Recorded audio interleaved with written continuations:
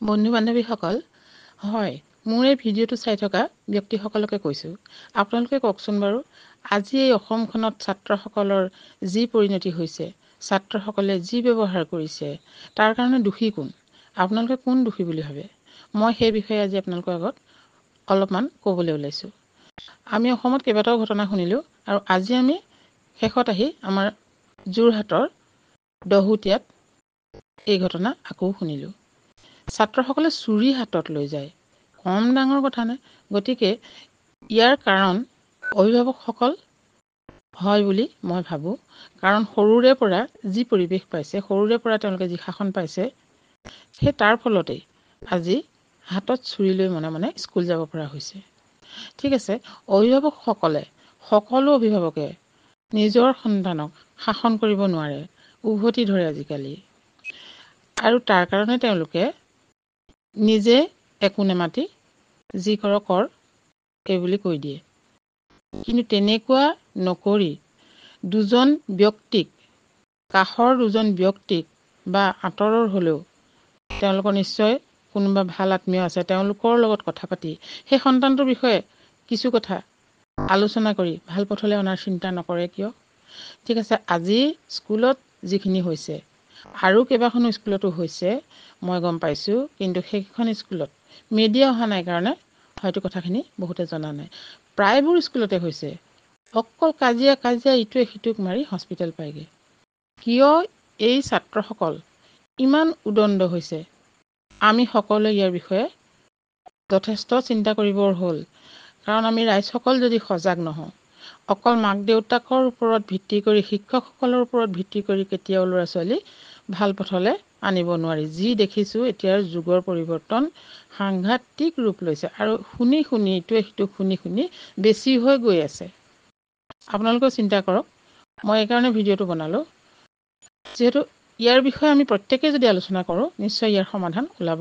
মই ইয়াৰ আগৰ ভিডিঅ'টো দিছোঁ যে যদি প্ৰত্যেকখন জিলাৰ, প্ৰত্যেকখন চুবুৰীৰ, গাঁৱৰ প্ৰতিটো চুবুৰীত একোখন মিটিং দিয়ে, মাহেকত অন্ততঃ দুবাৰ, যিকেইজন ব্যক্তি, জ্ঞানী ব্যক্তি, ডাঙৰ মানুহ আছে, গতিকে তেওঁলোকে একোখন মিটিং দি সেই যুৱকসকলক নিমন্ত্ৰণ কৰি, আৰু যদি নাহে তেওঁলোকক ভালেৰে ক'লে নেক্সটখন মিটিঙলৈ নিশ্চয় আহিব।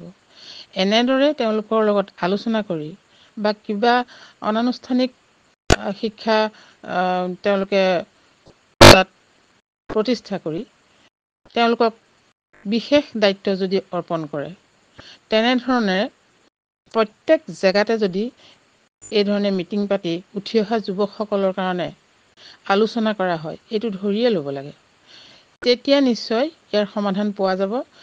কাৰণ আজিকালি ল'ৰা ছোৱালীক মাক দেউতাকে একো কৰিব নোৱাৰিলে, কাষৰ কোনোবাই কিবা দেখিলে সেই কথাটো যদি কয়, তেতিয়াও সেই মাক দেউতাকে যদি উভতি ধৰে মোৰ ল'ৰাই নাই কৰা, বা শিক্ষকসকলে যদি কিবা এটা ল'ৰা ছোৱালীক কয় তেতিয়া অভিভাৱকে যদি বেয়া পায় মোৰ ল'ৰা এনেকুৱা নহয়, তেতিয়া সেই ল'ৰা বিপথে পৰিচালিত হ'বই। ল'ৰাটো এডমিশ্যন দিবলৈ যাওঁতেই তাৰ বিষয়ে সকলো কথা শিক্ষকসকলৰ লগত আলোচনা কৰিবই লাগিব। আৰু সেইদৰে যদি আলোচনা কৰি যদি কিবা অকণমান বেয়া আছে, মাক দেউতাকে সংকোচ নকৰাকৈ লুকুৱাই নথৈ সেই বিদ্যালয়খনৰ শিক্ষকসকলক যদি চমজাই থৈ আহে, তেখেতসকলে নিশ্চয় কাণ মন কৰিব। আৰু এটা ক্লাছ কৰাৰ পিছত শিক্ষক কমন ৰুম যাবই, সেই সময়কণতো কি ডাঙৰ ডাঙৰ ল'ৰা ছোৱালীবিলাকক চাই থাকিব নেকি কোনে কি কৰে? তেখেতসকলেতো ইমান চাই থাকিব নোৱাৰে, কেঁচুৱা ল'ৰা ছোৱালী নহয়। গতিকে 9-10ৰ ল'ৰা ছোৱালী হৈ তেওঁলোকে ইমান এটা ডাঙৰ কাম কৰিবলৈ লৈছে, মনে মনে লুকুৱাই চুৰি লৈ শিক্ষকক আঘাত কৰে, নিজৰ বন্ধুক আঘাত কৰে, কি হৈছে মানে? গতিকে আমি সজাগ হ'বৰ হ'ল। ইয়াৰ বিষয়ে সকলোৱে জনা ব্যক্তিয়ে মিটিং পাতি তেওঁলোকে এটা সিদ্ধান্ত ল'বৰ হ'ল। আৰু যদি সেই ছাত্ৰসকলক পুলিচত দিয়ে বা কিবা কৰে, আইন দেখুৱালে একো লাভ নাই। আইনে দুদিনৰ পিছত মুকলি কৰি দিব, তাৰপিছত যদি হয় তাতকৈও ডাঙৰ কাম কৰিব। গতিকে এইখিনি আচলতে এইটো তেওঁলোকৰ বয়সেই, এই অপৰাধ প্ৰৱণতা তেওঁলোকৰ এই বয়সতেই বেছি হয়। গতিকে তাৰ প্ৰতি লক্ষ্য ৰাখি আমাৰ যিসকল জনা বুজা জ্ঞানী ব্যক্তি তেখেতসকলে আলোচনা কৰি যাতে ইয়াৰ বিষয়ে তেওঁলোকে সুপথ বিচাৰি সেই ছাত্ৰসকলক বুজাই আৰু তেতিয়া তেওঁলোকক বুজালে তাৰ পিছৰ চামে বুজিব। মই সেই অপৰাধীকেইজনৰ কথা বুজোৱাৰ কথা কোৱা নাই, তেওঁলোককো মাতি আনি সেই বিষয়ে সোধ-পোছ কৰি তেনেধৰণে আলোচনা কৰি তেওঁলোকক বুজাবও লাগিব আৰু তেওঁলোকৰ অভিভাৱককো মাতিব লাগিব, সকলো একগোট হৈ বুজাব লাগিব। চিধা থানালৈ নি পুলিচত দি ভয় খুৱাই লাভ নাই, কাৰণ সিহঁতি আৰু বেছি জেদি হৈ যাব। ভয় নকৰে, অকণমানো ভয় নকৰে, এতিয়া এনেকুৱাই জেদি হৈছে। গতিকে এইখিনি বুজাবুজিৰ মাজেদিহে সমাধান কৰিব পাৰিব। মই ইয়াৰ বিষয়ে মুখ উলিয়াই ভিডিঅ' দিম। মই এতিয়া মুখখন উলিয়াই ভিডিঅ' দিয়া নাই, কাৰণ মোৰ স্বাস্থ্য ভাল নহয়। গতিকে মই কথাখিনি তথাপিতো নকৈ থাকিব নোৱাৰি আপোনালোকক জনাইছোঁ, যাতে আমাৰ অসমখন শান্তিৰ পথলৈ আহে।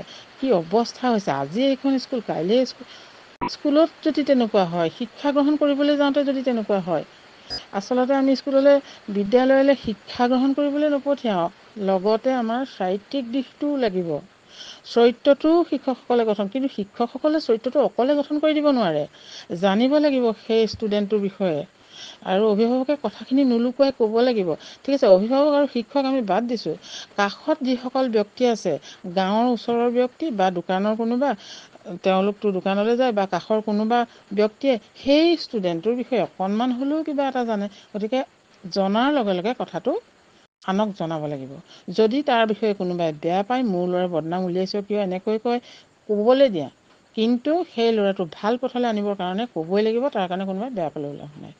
গতিকে সেইধৰণে প্ৰত্যেকজন ব্যক্তিয়ে মোৰ কি দৰকাৰ নকৈ, তোৰ ল'ৰাহে মোৰ কি দৰকাৰ, এইষাৰ নকৈ সকলোখিনি নিজৰ ল'ৰা ছোৱালী বুলি ভাবি প্ৰত্যেকেই সেই বিষয়ে আগবাঢ়িবলৈ, খালি বেয়া ধৰণে নহয়, ভাল ধৰণে ক'ব লাগিব। এনেকুৱা উদণ্ড যুৱক, যদি কোনোবাই তেওঁৰ বিষয়ে বেয়াকৈ কৈছে বুলি ভাবে, তেওঁ উভতিত সেইজনকে মাৰিবগৈ। মানে এনেকুৱা এটা পৰিস্থিতি হৈছে, কোনেও কাকো ৰখাব নোৱাৰে, ইমান মানে বেছিলৈ গৈছে, কি হৈছে নাজানো। গতিকে ভালৰ মাজেৰে কথাখিনি বুজাই বঢ়াই তেনেধৰণে নি প্ৰথমে চাব লাগে, আৰু নোৱাৰিলে তাৰ বেলেগ ব্যৱস্থা, আমাতকৈ বহুত জ্ঞানী ব্যক্তি আছে। গতিকে তেখেতসকলে ইয়াৰ বিষয়ে আলোচনা কৰি মাহেকত অন্ততঃ 2খন মিটিং দিব লাগে। অকল এজেগাত নহয়, গোটেই অসমত এইটো ডিক্লেয়াৰ দিব লাগে যে উঠি অহা প্ৰজন্মক, ছাত্ৰসকলক কেনেদৰে আমি ভাল কৰিব পাৰোঁ, আৰু তেওঁলোককো সেই মিটিঙত উপস্থিত থকাৰ ব্যৱস্থা কৰোৱাব লাগে। গতিকে বহুত বেয়া কথা হৈছে, উঠি অহা প্ৰজন্মই ইয়াৰ পিছৰ চামে শিকি শিকি শিকি শিকি আৰু বেছি হৈ যাব, পৰিস্থিতি কিন্তু বহুত বেয়া হৈ যাব। মই ইয়াৰ পিছৰ ভিডিঅ'ত আৰু অলপ ক'ম। আৰু মই আগতেও কৈছোঁ, এই ষ্টুডেণ্টসকলৰ বিষয়ে মই আগতেও কৈছোঁ, এনেধৰণে তেওঁলোকক পৰিচালনা কৰিব লাগে। মই বিশেষ নাজানো, কিন্তু যিখিনি মোৰ মনত আহি থাকে তাৰ বিষয়েহে আজি আপোনালোকক জনাইছোঁ। যদি কিবা ভুল হৈছে আপোনালোকে ক্ষমা কৰিব। নেক্সট ভিডিঅ'ত লগ পাম। Thank U.